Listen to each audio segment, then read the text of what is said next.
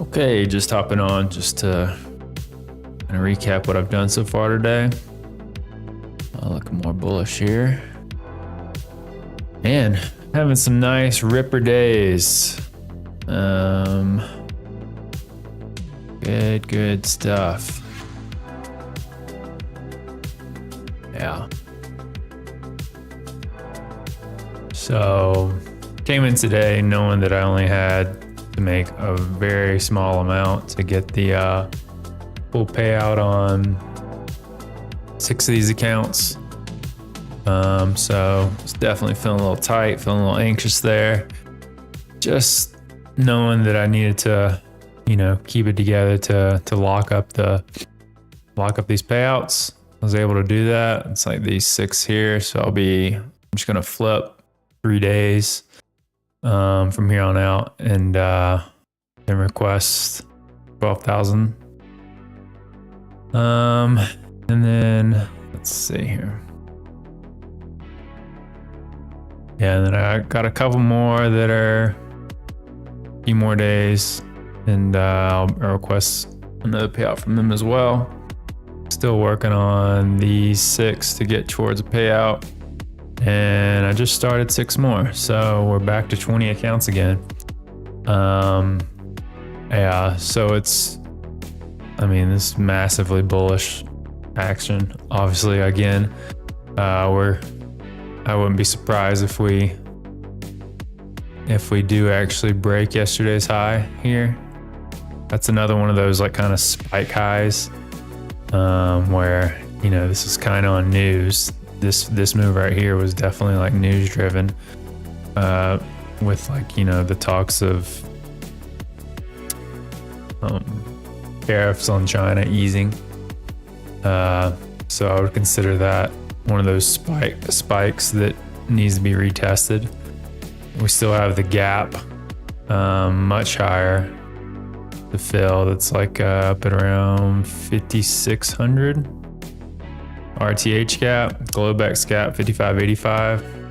So I don't know when that gets tackled, but the fact that we've overnight it tried, you can see here. I'm gonna close these. It tried to fill this gap, Look, we broke lower. This was a bounce. All that looked bearish. The fact that we dropped lower high, tried again, and then overnight kind of drifted lower, drifted into that gap area. Couldn't quite get it done though. Here's the gap on ES. Similar look for NQ.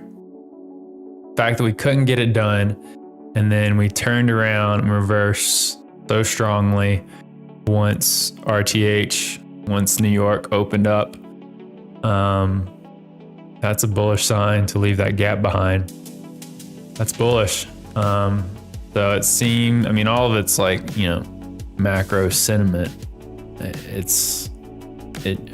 think the market's just assuming that everything's going to get resolved with China tariffs. It definitely seems like Trump's backing off. So yeah, this type of environment is perfect for me. I love being long. I love being bullish. Like I said, just taking it easy today though, just because I just wanted to secure those payouts. Since then, it's kind of been choppy in here. Just took a little bit more basically on these accounts, and once I opened these up, just took a little bit of win. I'm probably about done. Yeah, I could see it definitely like drift higher. I feel like that's my assumption is that right now is that we test this high. But at the same time, I say stuff almost every day and I'm wrong when it comes to that stuff. When I'm leaving the stream and thinking about what it's gonna do, I feel like often enough lately it just ends up doing the opposite. And we've got such a big move here. There's plenty of times where we see these like big, vacuums get filled in. And I don't think I really care to stick around to mess with that if there's to mess with the risk of that. Another point to make is that, you know, sometimes we worry about when we're like extra fearful or extra, you know, like tight. I was definitely feeling tight this morning, trying to secure those payouts.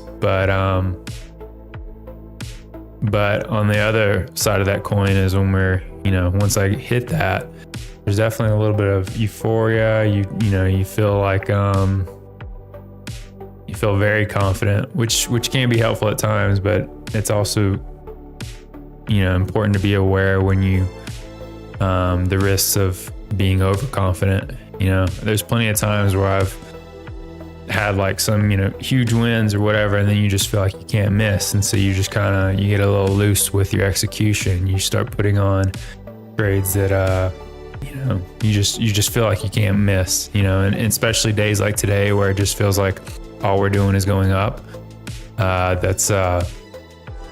It's easy to get lulled into a false sense of security that we're just gonna keep climbing higher, and it's an obvious easy trade. Plenty of days where that is true, where you just got to get long, stay long, or short and stay short. And you can, you know, there's plenty of days where I do feel very confident that that's where we're going. And, you know, sometimes I'll hold on and put a little more size on. I've done that this week actually, and been successful with it. But on a day like today where, you know, I've already done what I needed to do, and I, you know, felt really good about that. I just know I'm susceptible to those sort of emotions, so I'm probably not going to press it anymore. Yeah, just wanted to recap. Who's in here? Anybody I know? Say hello. Chat me up. Happy to talk. I'd stay on if someone was talking to me.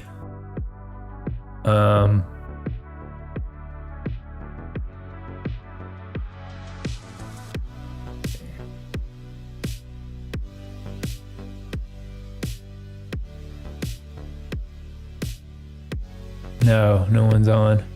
Yo, Andrew. Yeah, talk to me. I don't want to be done. I mean, I want to be done trading, I think, but I want to talk to somebody too. I'm bored. I'm on the TV right now.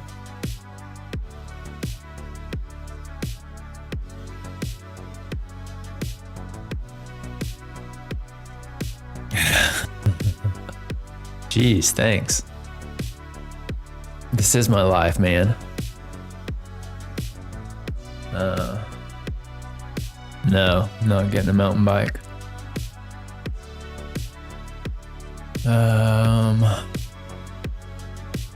How's work going for you?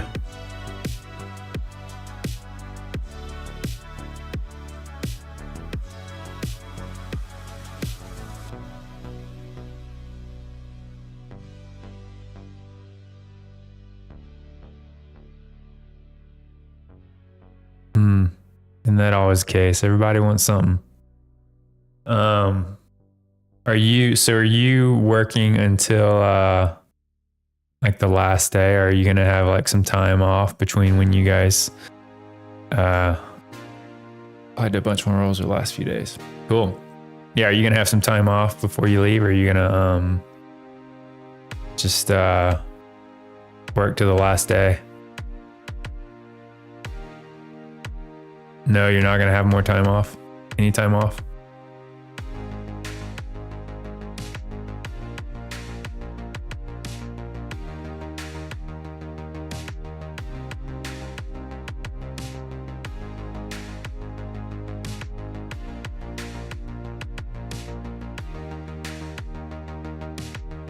Gotcha.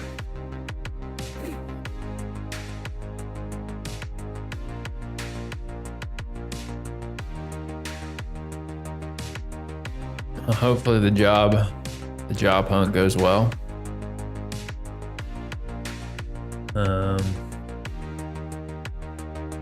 Could always become a trader.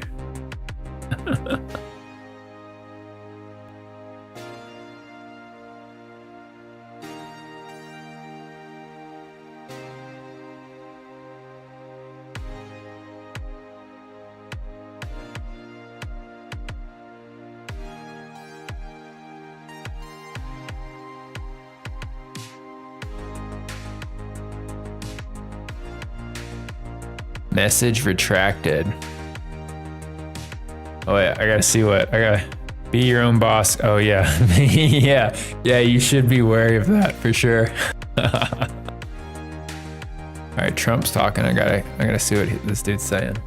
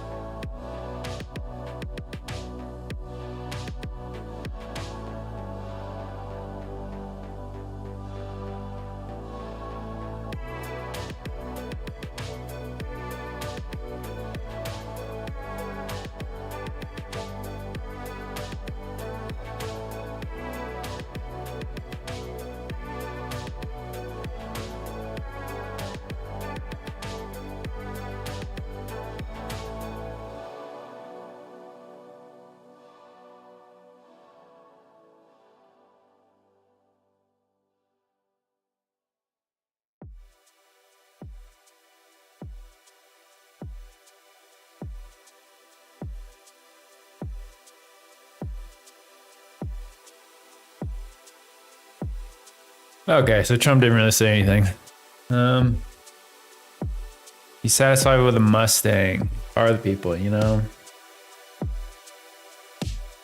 I don't share that sentiment, but happy for you. I just I'm not a fan. There was definitely a time where I thought those were pretty sweet. Like a Shelby, something like that, a GT 500. But I don't even like cars. Dude, you don't even know me. You would say that. I do like cars. No, I don't want a Lambo. I don't want a Lambo. We'll say that. I don't think I would ever buy a Lambo. I'd have to be like, I don't know. Maybe there's a certain level of income where I'd say, all right, I'll buy a Lambo, but I don't think I'll ever get there. I would buy a Porsche. I would buy a 911. I'd buy a 911. Or, you know, yeah, maybe like a Taycan or something. But not a Lambo.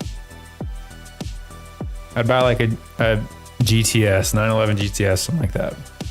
Not even a Turbo S. Taycans are sweet though too. I'd have to, if I ever got to that point where I could afford one of those, it'd definitely be a toss up between a 911 GTS or a Taycan GTS. I don't know which I'd do. Those are probably the only semi possible sports cars that I would ever buy.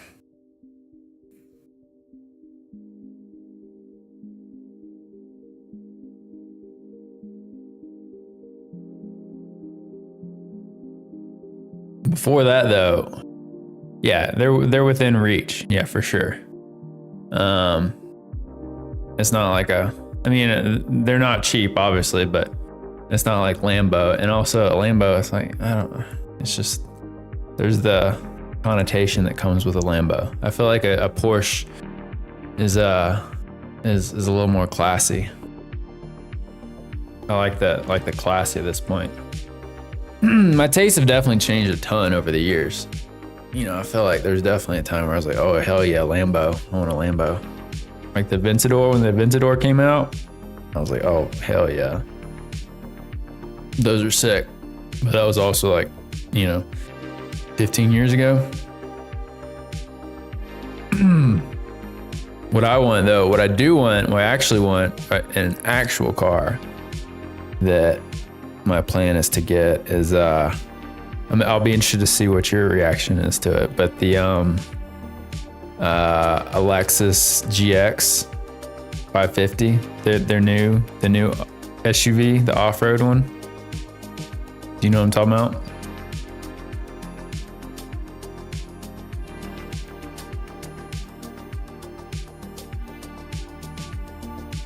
Yeah, I want one of those. And I want to actually mod it, so I do like the Land Cruiser. I do like the new Land Cruiser too. I get the hate though. I get why it's, there's a lot of stuff with them. Like, God, you guys really screwed up a lot of stuff here. But I think overall it looks, it's a good look. I think it's it's a toss up to me, honestly, between the two of which one, they both have their pros and cons as far as looks to me. But obviously the twin turbo V6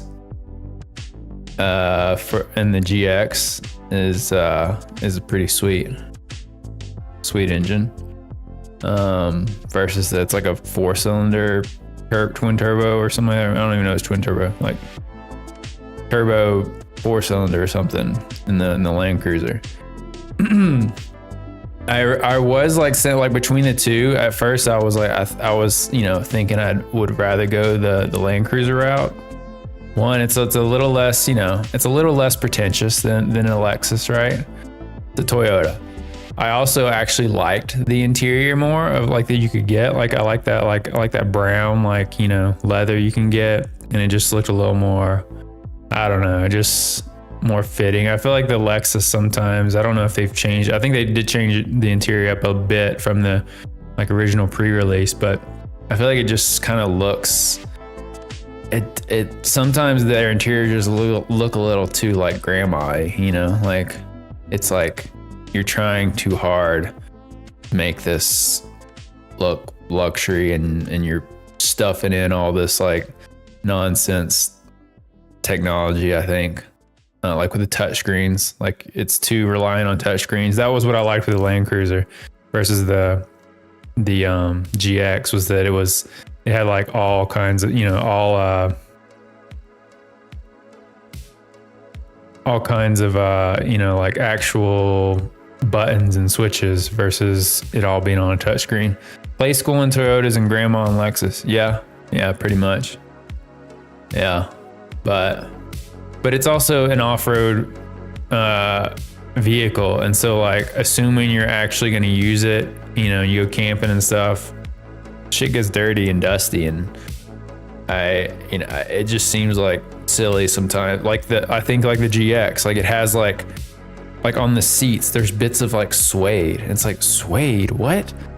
I assume it's some sort of actual waterproof or weatherproof sort of suede, but it's suede in an off-road vehicle. How does that make sense at all? If you actually use it and you get mud and dirt and stuff in there, that just gets ruined. But yeah, if you don't, the thing is too with the Lexus, it's 100% a mall-mobile, mall crawler too. And they make it when you compare the Overland edition, I think that's what it's called. Yeah, the off-road edition, and you compare that to the regular one that's premium and whatever. The wheels, I hate the wheels that are not the Overland edition. It just looks, they're definitely trying, the whole design is definitely trying to capture some of the G-Wagon crowd for sure. It literally looks like they're trying for that. It's that boxy look, which I like that, but the wheels on them, it just looks so stupid. they look ridiculous to me, like 20 inches or 20, I have to look it up. They're at least 20 inches and they just look stupid on a car like that. And you see there's definitely some, moms driving them around, and that's the one they picked. I'm like, just those wheels just ruin the car to me. But that's why if I got one, I'd definitely have to mod it. I would get some like bigger tires and, maybe a small lift and obviously different wheels, and just try to actually mod it up so it doesn't look so stupid. But they look good with a lift. They look good with a lift and wheels. I've seen some people that have made some builds like that, and it looks pretty sweet.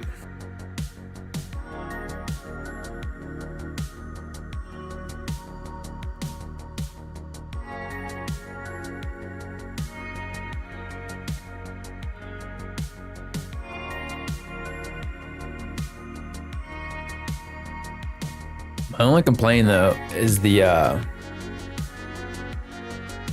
guess I get it, but like the overland one, the off-roading one, you can only get it with a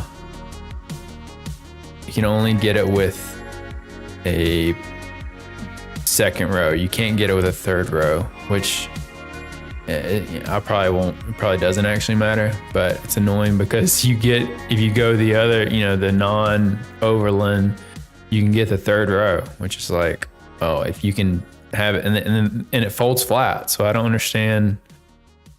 I don't really know if I get why they didn't just have that as an option. Yeah, you said you hate the touchscreen revolution. Yeah, me too. I mean, it's not good for safety, like driving, right? Like, I mean, not in the GX. The GX isn't a hybrid. In the Land Cruiser it is, you're right. The GX is not a hybrid though. It's only a twin turbo V6. No hybrid.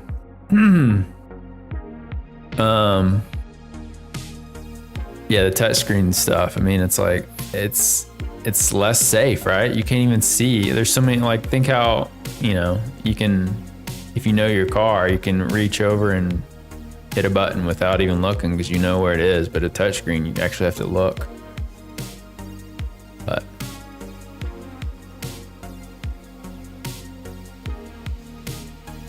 yeah, that is the other thing with the Land Cruiser though versus the GX, is because it has that hybrid battery in the back. Like the cargo area is like raised. It looks so dumb, and it seems like so much less convenient. If you're actually having to put a bunch of stuff in there, you got this giant lip, like, because they had to make room for the battery. That's another reason to go with the GX versus the Land Cruiser.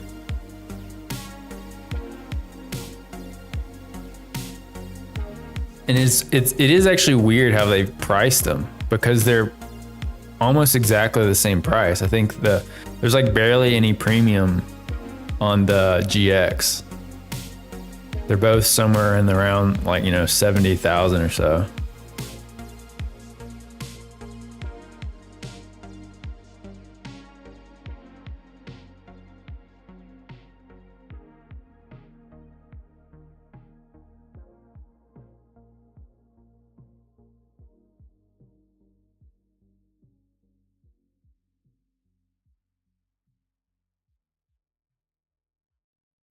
I don't even like cars. Yeah, fuck off. You don't know shit.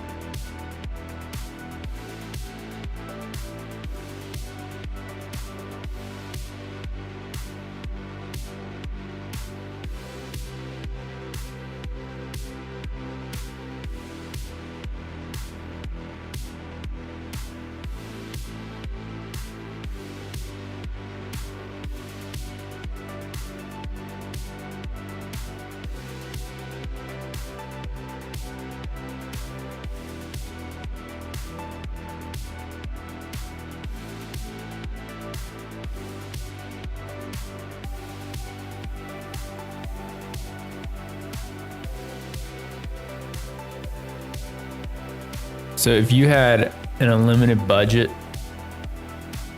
or let's say not unlimited budget, but let's say you had a few $100,000 to spend on a car, you'd still get a Mustang, you think?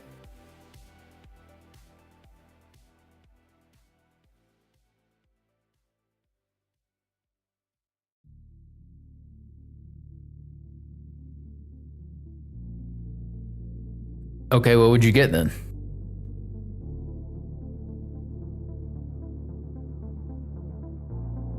All right.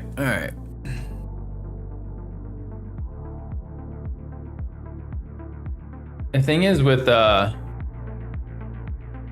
you're a big electric vehicle. You like those, which I like them too, but I guess. But I also like the sound of that's the one thing of like, you know, a Lambo or something, or a Ferrari versus a Porsche, or obviously any electric vehicle or any hybrid, which now the new 911s are hybrids. And they just, I don't know, the sound, man, they don't have that same growl, which a Lambo or a Ferrari, it's like hard to beat that sound, man. That sound is for sure is intoxicating. Sound of one of those cars. And the more modern Porsches, it's definitely toned down a ton. And probably will continue to be more so. And then an electric vehicle, you just get the fake little, you know, whine or whatever it is. Just hilarious.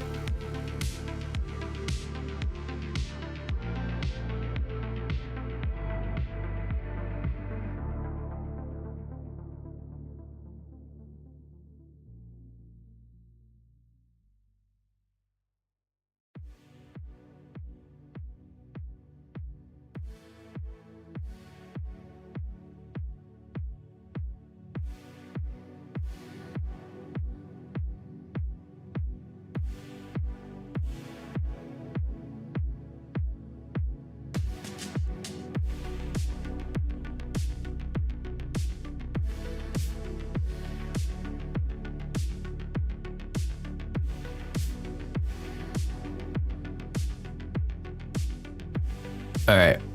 What's your I mean, I'm sure there's nothing that's not obvious, but what's your advice at this point on how do I get more followers, or how do I get more views? I mean, I'll be surprised if you say something that I don't already know. I mean, I know it's boring, and I'm also like, at this point, like this week, trading's been really good, and like trading before the stream, and so it's been, I'm like not regretting at all, like not trading on the stream this week. Been a nice change of pace. I was kind of thinking maybe next week I switch back to on the stream again, just once again, like I said before, just keeping things fresh and switching it up helps. Yeah, go on multiple platforms. You mean like Twitch and stuff? But I don't think anybody that's like follows trading stuff goes on Twitch or whatever else platform there is.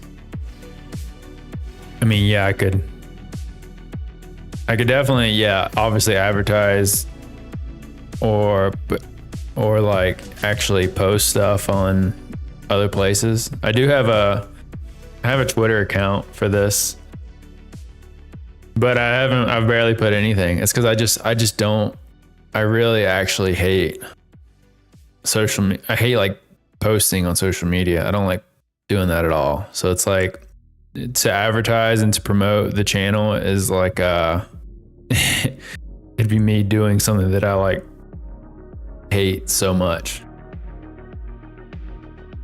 which is interacting with people on the internet, because I feel like most people are idiots and liars anyway. Write a script to do it? You mean like where it just like, you mean like where it just automatically posts on Twitter or something like that, like I'm going live or something like that. Well, what I have considered, yeah, I mean, I guess I could do that too. I have considered, so I know somebody that they're like, they have like a whole, it's like their whole company. It's like they started a company, like social media management, consulting, something like that. But that's what they help people with that stuff.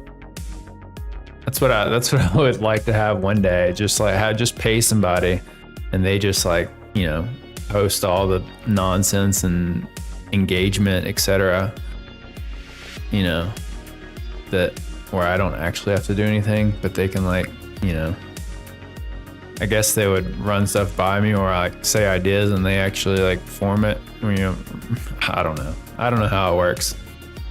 I just know that I'm sure I'm not the only one that's like just hates doing all, you know, the engagement.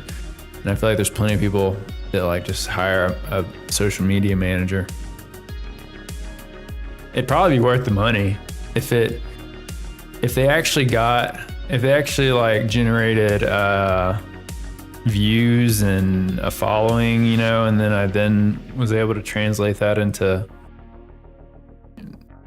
I don't know, like affiliate payments. I feel like with at least the prop industry, it probably wouldn't be that hard. I guess if you weigh in on announcements to become a reliable source for market affecting. Yeah, exactly. That's definitely like, that's what some people have like carved out that niche for sure. Like when it comes to, like you post when Trump is going to spout off. Yeah, exactly. Yeah, there's definitely people that carve out that niche. Like even, you know, more specific, like to prop firm stuff. There's people that like, that's their whole like shtick, is like they just post on Twitter like prop firm drama or prop firm news, and it's just like, and I see them, they've got like thousands of subscribers or followers, and they're sitting there, then they promote their affiliate code, and I know they're just rolling in affiliate payments, like, and they probably don't even trade or like aren't even very good at trading. I'm sure they're not, honestly. But they just talk about drama in the prop firm space, and it's like, to me, I'm like, that's like nauseating to like to think about myself, if like that's be associated with some bullshit like that. But it seems to work for some people. But that's what I'm like, I just want to, you know, yeah. You applied to want to do prop firms? Oh, like what kind? Like, how do you mean? Trade web markets. Trade web markets. I'm gonna have to look that up. Like a real prop firm? You mean like doing like tech side of stuff for software engineer data job? Trade web markets. All right, I'm gonna look it up. I've never heard of that.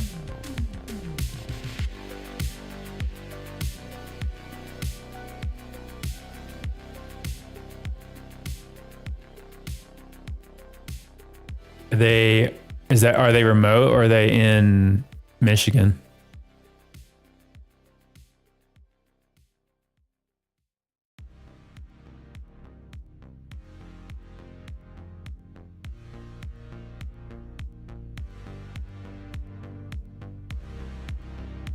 So it looks like there's some sort of,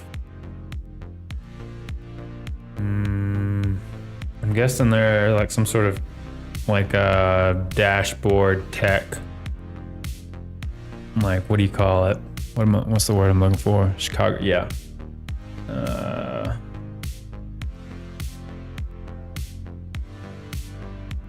Whether you trade electronically, over the phone, or use a hybrid approach, you can rely on dealer web to get the liquidity you need through a highly efficient wholesale market.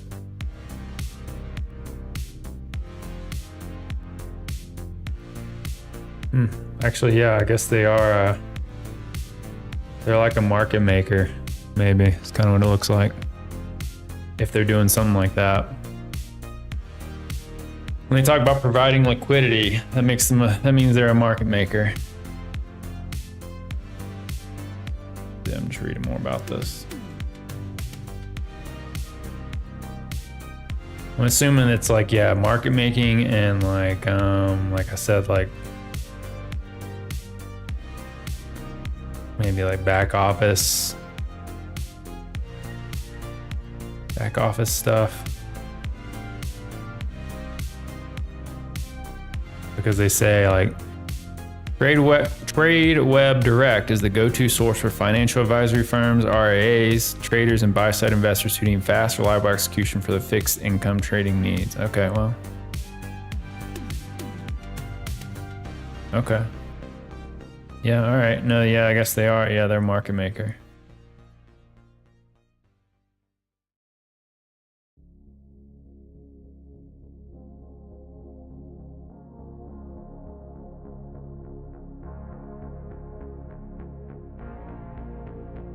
Me looking. I'm interested to. Yeah, I've never heard of them, so I'm interested to see more about what they do.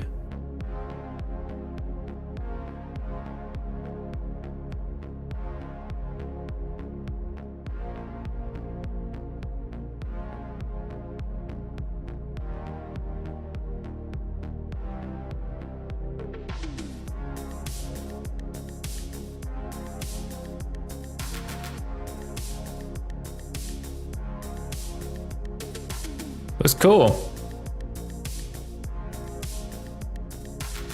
I like that. I like that job for you. You can tell me you have experience in trading.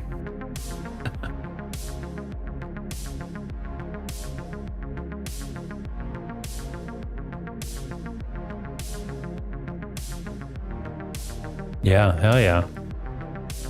Let me know if you need some buzzwords, some lingo.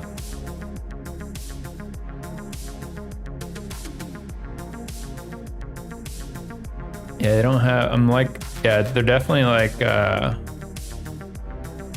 just looking through their job postings. I mean, I'm sure like an actual like trader. They probably. I wonder if they probably only have like. They probably have like one real trader. Something like that, like probably only a couple of traders, actual traders that probably just monitor. Seems like they're all electronic, all algorithmic, which I'm sure is all just like some like matching algorithm or something like that. Yeah, because they're definitely like a market maker. So they're not like actually, well, I guess like market maker does take on some sort of risk, but it's not like directional risk.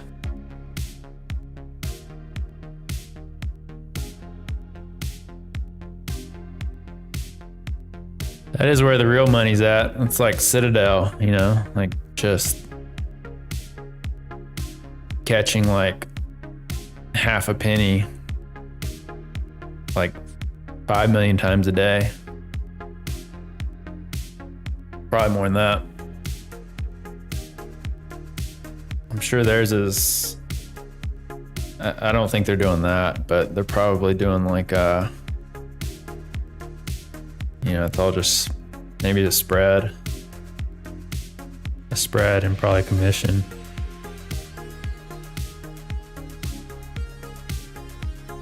Oh, they have a job in Golden. I just saw. What was that? Software engineer. They have a software engineer job in Golden.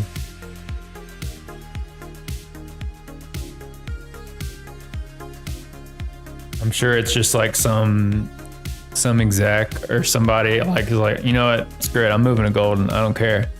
And so they built out an office for him, and so then he's got yeah. I feel like that's what happens a lot with a lot of these companies, these smaller firms, where some like founder, lead guys, like they I'm living in, I'm gonna move to Golden or move to Aspen or whatever, and they're like, all right, we'll just build out an office for you. I mean, it says in Golden. In Golden, let's see. Yeah. Golden, Colorado office. It's fully remote, but the ICD Technology Hub is located in our Golden, Colorado office, which can be used for team meetings and collaboration efforts. There may be days where travel to the Golden office is recommended for organizational offsites. Yeah, I'm sure, like I said, yeah, I'm sure they just like they rent out an office. It was like some guy, it was like, yeah, probably a founder or something, yeah. Or just someone high up said, I don't want to live in Chicago.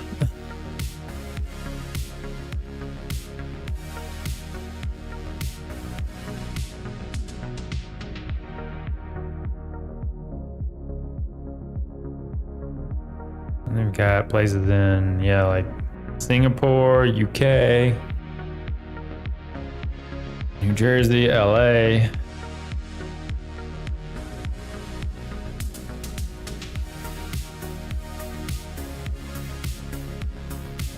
New York, Sydney.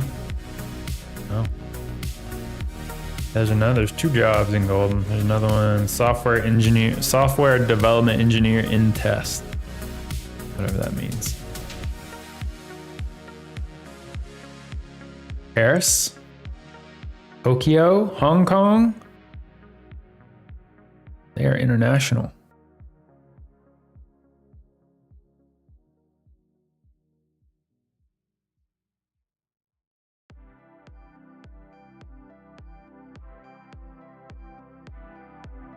All right, this is the one, junior fixed income trade support. That's the only thing that like remotely sounds familiar to me.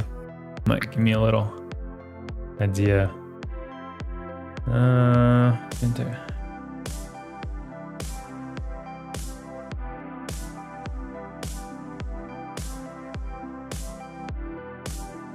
I wonder if they're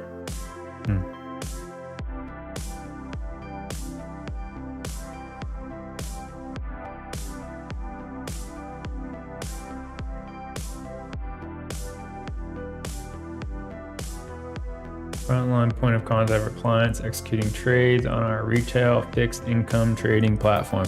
Dude, yeah, they're definitely like I'm like just picturing what it's bringing me back to the days of the old firm. Yeah, that's like sales traders, I guess. That's what it sounds like to me. They're hitting up people, trying to trying to get some flow, get people to send them trades.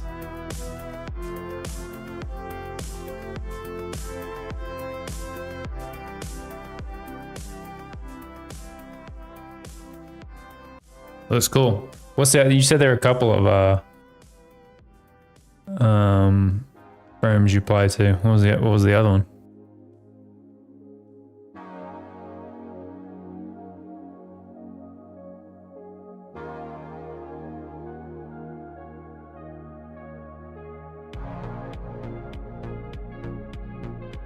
Okay. Well, that one looks cool.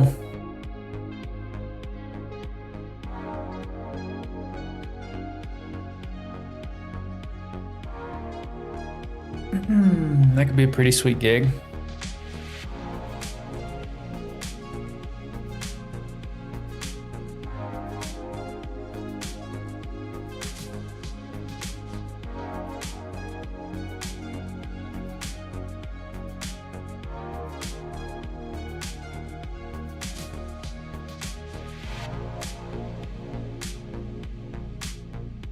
Oh, wasn't even paying attention. Look, we broke the high. Yesterday's high. Pretty sweet.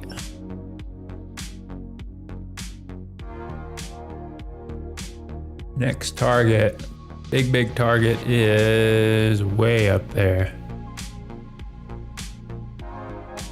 That one, 55.85 and 56.10 are the big ones.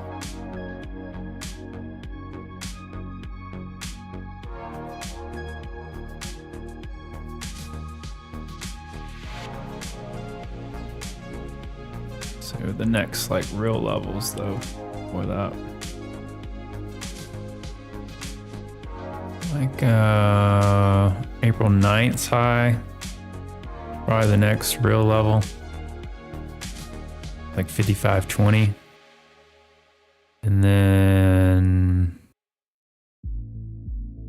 what day is that? April 3rd. 55.40. Be something if we got there today, either one of those. What are we up? It's already up so big, so much.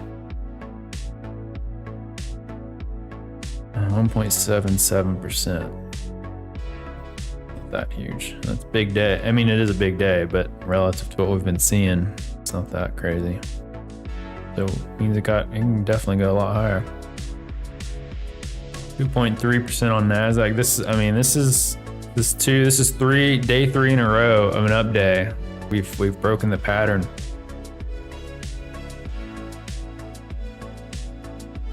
Looks pretty nice. It's a grind up day. I'll be interested to see if it keeps doing that the rest of the day. I don't think now that we've already gotten through, I mean, I guess that is bullish.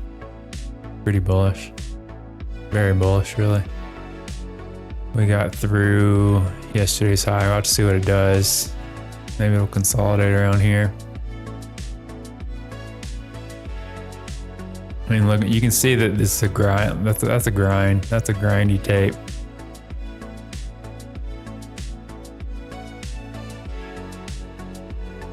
I say 55.20, 55.20. I mean, this area is still kind of valid too.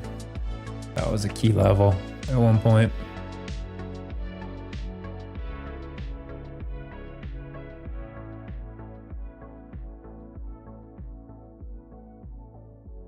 I could mark this.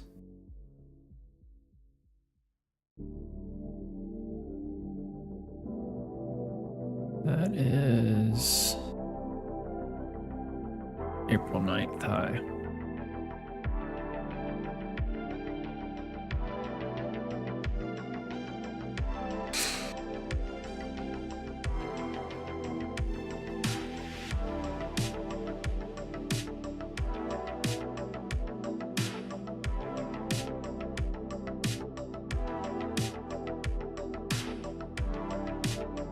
See on NASDAQ. Next one is 19,386.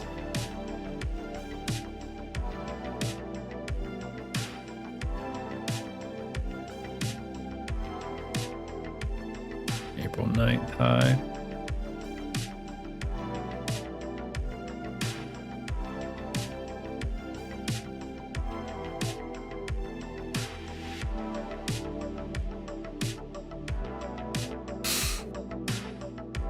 That's probably the next real level. NQ, this is an old level, but I've left it there just as a reference point. Name of that one.